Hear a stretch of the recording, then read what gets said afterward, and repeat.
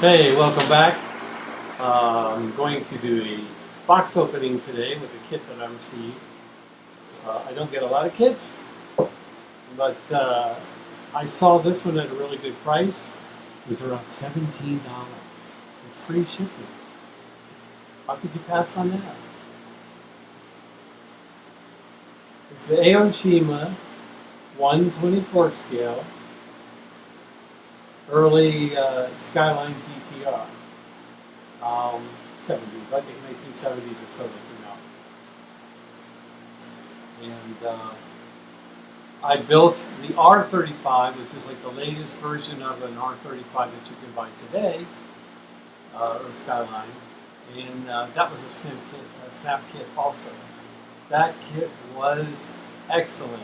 That was an amazing kit for being a snap together. It was an all-new tool. This one is also an all-new tool. From 100%, never been done before. Nothing is reused from another kit. I was very impressed with the first kit. I did a video on it. I did it twice. I made a video of when I snapped it together so we could see how it looked and how well everything fit, if there were any issues. And then I took it apart and then rebuilt it again, painted all the parts. It was molded in gray. I painted it red and so on. Painted the parts. I used glue in a few spots that I wanted to make sure it would stay together. And I was still impressed with that kit because most snap kits, are not very accurate. Shortcuts are taken to make it simple for kids or something or whatever. There's a lot of things missing, bulky, fat, plastic parts that pop together and so on. These kits are not like that. These kits would rival any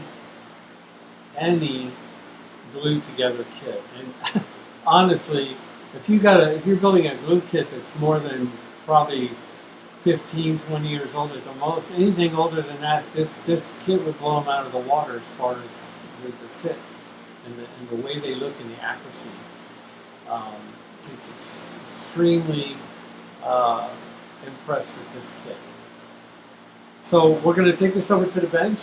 We're going to open it up. We're going to take a look. We're going to see what's inside. We're going to see what you get. And that's next up. And I'll turn it around, and here we go. Okay, we got it turned around here. Let's take a look.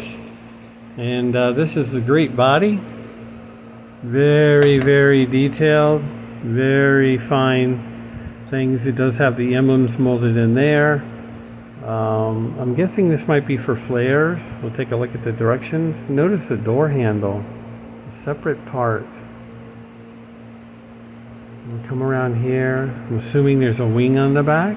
Actually, they give you location pins. That's awesome. Now, isn't it amazing? Look at how shiny this body is. I mean, it's weird how Japanese companies can make a model that's so perfect body-wise, and you can get that shiny plastic like that, and it's just high quality. They're not messing around here. Very, very nice detail, and as far as like parting lines, yeah, I don't really see any. I don't feel any with my fingers. Sometimes you can just feel the ridge even though you can't see it. But if there are any, I don't really see them. Maybe there's right there on the tip. There's a little bit right there. I mean, 2 swipes of a piece of sandpaper and you'll be done. There's a little line right there vertically. But I mean, that thing is spot on. I'll have to look it up. I wonder if that's where the gas cap goes. Inside there. That's interesting. I didn't know that. That's my guess at what it is. So let's take a look at the parts. You get the taillights are molded in red. This is the interior windows. You get the front, rear, and side windows. You could probably cut those side windows off if you wanted the interior to be able to see it better. You could cut those off. And it looks like these are just other lights. There's the headlights there. Other lights that are on the car. So that's it for the clear parts. And that clear is like very, very perfect. So we'll skip the directions from now. Come back to those. You do get a decal sheet. It's very small. You get your license plates. There's a Skyline graphic there, and then of course the gauges for the dash. There's a GTR and a Skyline and some other miscellaneous. I'm going to guess these four are all the same, so I'm going to guess those are for the center caps for the wheels. It's not a lot. It's not a lot. And then here's some other that are on the stickers. Some of these I might be using combination. Like, notice how they've given you the black stripe that goes around the windows, which you can paint, but I will probably try these first to see how well they work. Most of these graphics are duplicated on the decal sheet. Now there's some wood grain stickers here for the dash, it looks like. So those would be interesting to use. Even though you could paint that with the windows up and the interior is kind of small, you may or may not be able to see that even with the stickers, whether there's any wood grain there or not. But at least you have that option in this kit. So here we'll look at the undercarriage, which has great detail. You got your transmission. Of course, there's no engine in this one. It's a curbside. So there's the transmission, drive shaft, rear suspension, exhaust.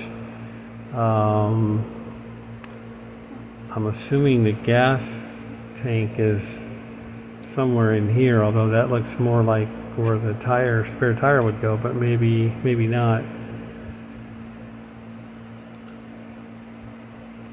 So we've got some really nice bucket seats. This is interior. This interior is similar to the previous kit I did, where it's molded as basically one piece, and the side panels fold up, and then the dashboard folds down, and you get your complete interior. However, if you were going to glue this kit together, you probably could cut those off if you wanted to paint these parts separately. I don't see where that would be a problem. So again, they've done some things for like first-time builders or something where they want to build a model. Maybe somebody's never built a model before. But if you've a regular modeler where you've been building them for many years, I think they've done things like this so that you could cut that and update it and detail it out and stuff like that on your own. And this, as I noted, the hood opening is there. So this would fit on there, like that. And so you do get inner fenders. You would have to scratch build probably the firewall and some other parts in there. And I'm not sure how you would get that engine in there with this deep crevice here. But we'll have to see what goes in there. But I'm sure that somebody will do that very soon. I know in the R35 there were modelers online that already did that. That kit did not come with an engine either. But I saw videos where people modified them and installed an engine. Although you can buy R35 Skyline kits with an engine, both from like Tamiya, Aoshima. I think even Hasegawa or Fujimi also makes one with an engine. So it's kind of repetitive to do it when you can buy a kit like that. The same thing with this kit. Tamiya makes this car in two ways. One way you can build it stock, and one way is a custom. It says custom on the box, and it has a full engine in it. So again, I don't know why you would go to the trouble of putting an engine on this one. You could just buy the Tamiya kit, which is a great kit. I built one a long time ago. So here we are with 4 tires. Yeah, I feel like real rubber. Some chrome parts, wipers. Looks like an emblem for the trunk, the exhaust, bumpers. Not a lot of chrome on those cars back then. I'm not going to open these bags because there's just not a lot in there that nothing special. You would recognize all these parts anyway, even if I didn't call them out. So there's nothing, no weird parts, so to speak. There's the hood, separate part. There's the wing, probably for the back. We've got some suspension parts here. The steering wheel, steering column, disc brakes. The stock wheels, there's only one wheel choice in the kit.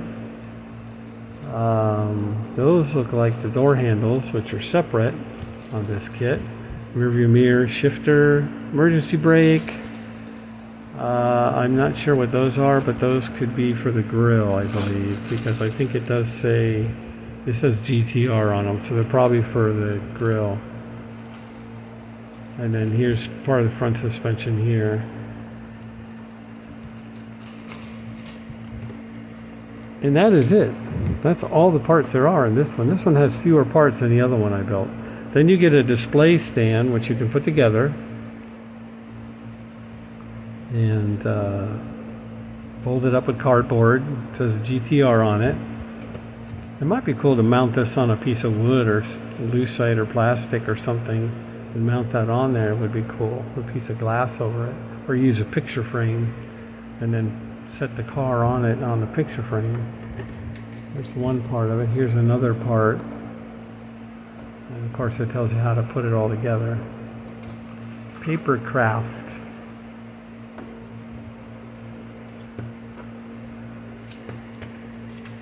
Here's an advertisement for other kits. If you didn't see the previous video and the other snap kit I built, the R35 Skyline, this one does the same thing. Aoshima has a website. It's right here. Aoshima-car.com. You can make up your own license plates on that website, and then of course you make them, and then for your computer, and then you can print them yourself. I've never been able to get it to work, so but you can check it out. Maybe you can get it to work. Maybe there's something I'm doing wrong, but it doesn't make just Japanese license plates. It makes license plates from different countries if it's working. Let's take a quick look at the directions just to see if there's anything interesting. So that's pretty straightforward. Front suspension, looks like the wheels are posable left to right. All that pops together. There's a normal height ride. Looks like there's some kind of piece you can cut off, or a spacer.